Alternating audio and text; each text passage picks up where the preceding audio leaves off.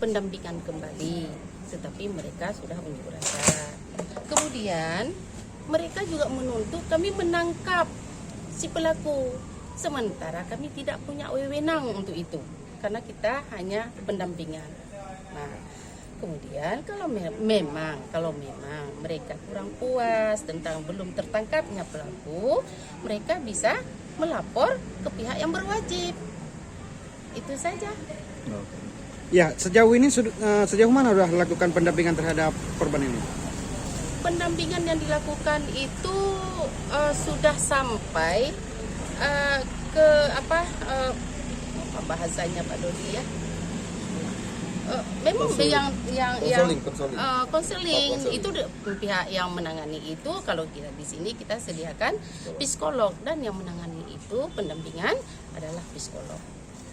Kita melakukan pendampingan dari pertama korban dan keluarganya melapor atau di tengah jalan, Ibu? Dari pertamanya. Kondisi korban gimana, Bu, saat ini? Setahu kami korban itu sehat. Sudah pulih? Dari traumanya. Setahu kami juga dia normal, sehat gitu. Ini kan korban kan terjadi pemerkosaan, Bu, yang menjadi laporan ini. Lalu untuk korban sendiri ini bagaimana saat ini? Kondisi korban Ya.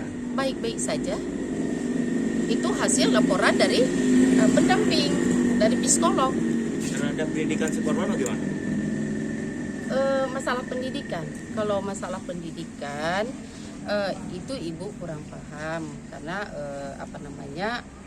kebetulan pun pihak pendamping itu tidak menyampaikan ke ibu. Pendampingan kasus itu bukan penanganan ya. Jadi yang tanya selalu ke pihak psikolog itu sudah sejauh mana penanganan pendampingan tersebut.